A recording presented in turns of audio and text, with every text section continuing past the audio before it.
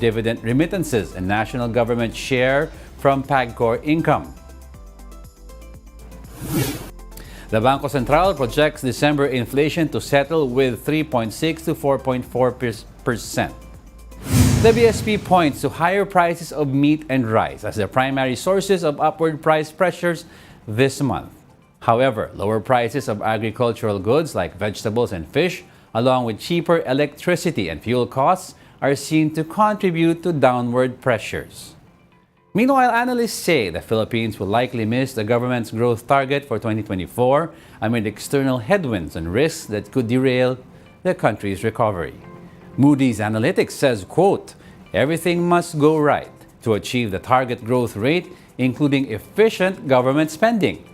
Moody's Analytics also identifies weak external demand for Philippine export products among the challenges to economic growth. Meanwhile, the International Monetary Fund says downside risks could stem from persistently high inflation, which could prompt further interest rate hikes. The IMF also says geopolitical tensions could possibly dampen investment climate.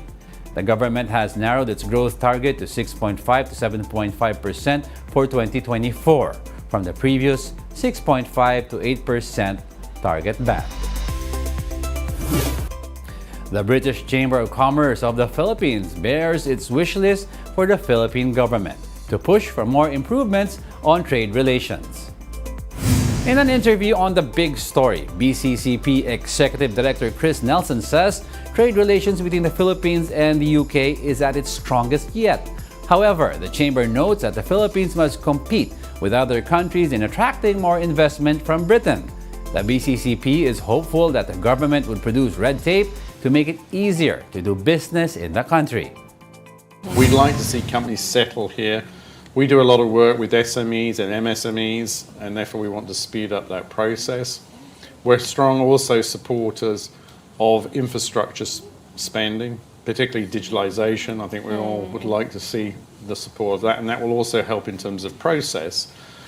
And then one of the things I'd just like to add on as well, one of the acts that we believe is also mentioned as a priority is also cybersecurity, because we see obviously more in those areas. Yeah. We'd like to see some of those economic barriers which are enshrined. Of course, that's in the Charter, it's the negative investment list. We'd like to see further opening of the Philippine economy. We'll be back with more stories after the break. Keep it here on One News.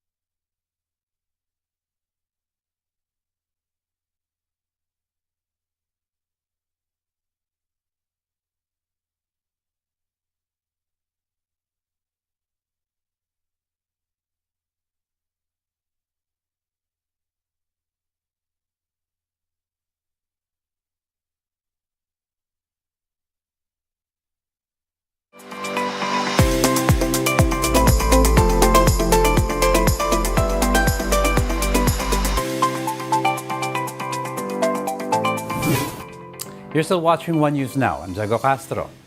What are the saving habits that we need to adapt as well as investments we should look into this 2024?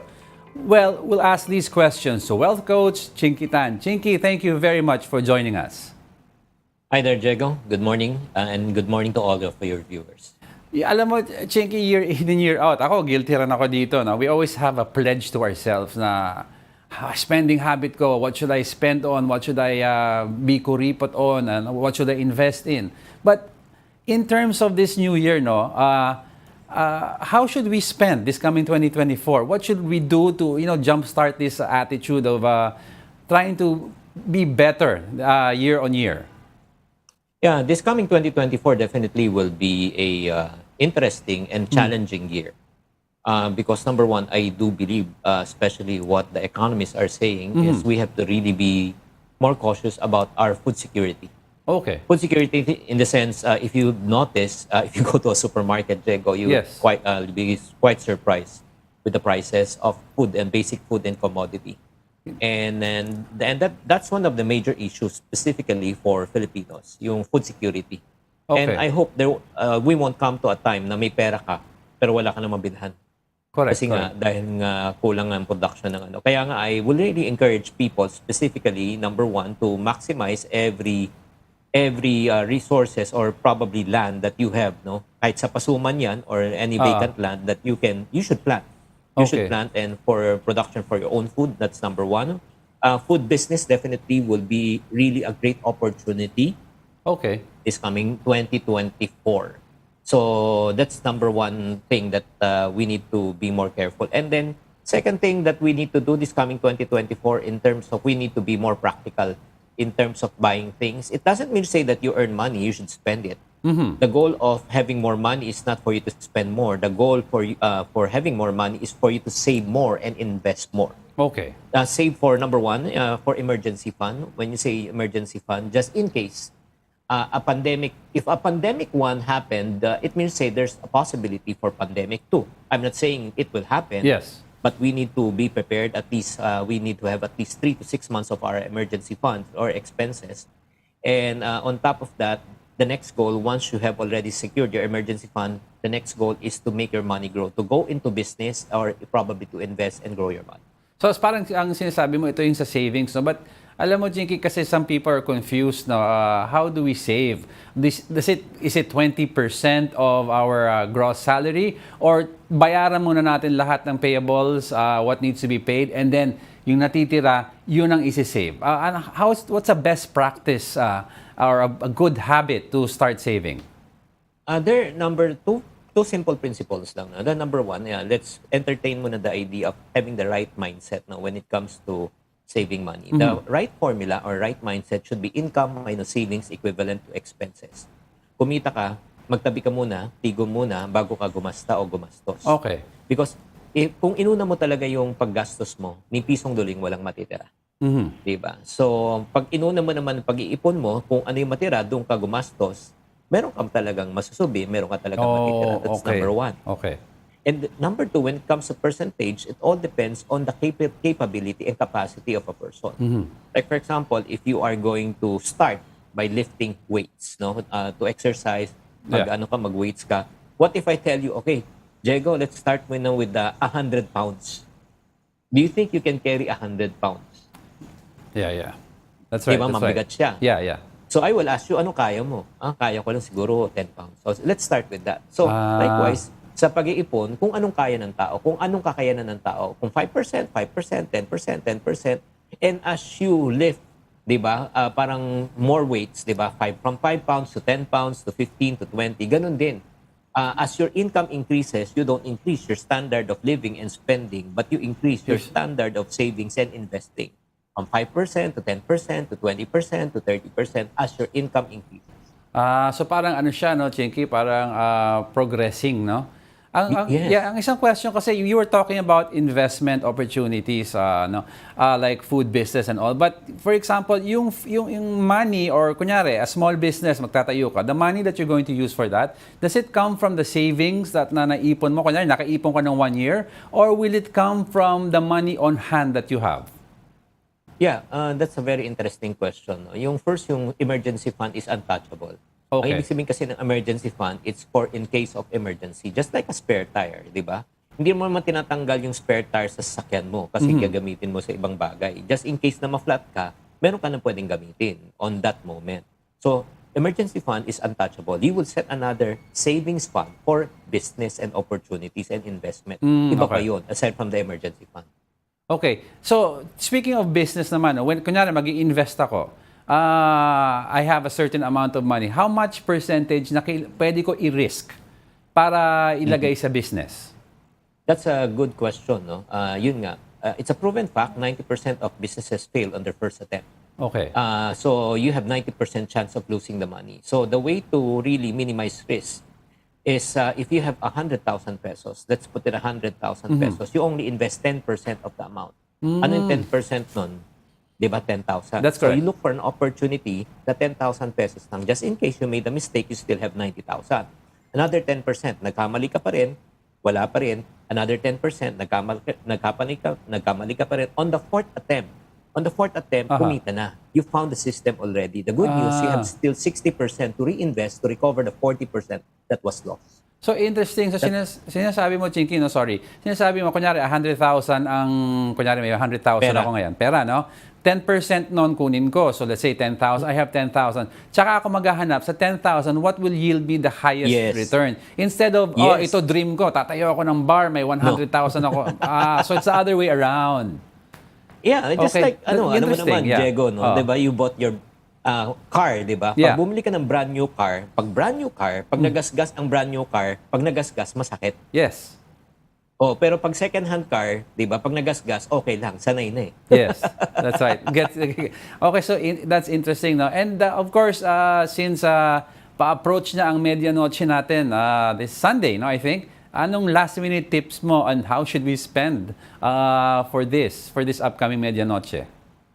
Yeah, I suggest talaga kung meron ka pang extra na pera talaga, number one, ang goal mo talaga is to pay off your debt. Kung may utang ka, tanungin mo sarili mo ano mas mahalaga sa'yo. Masarap na medianoche o peace of mind. That's number one.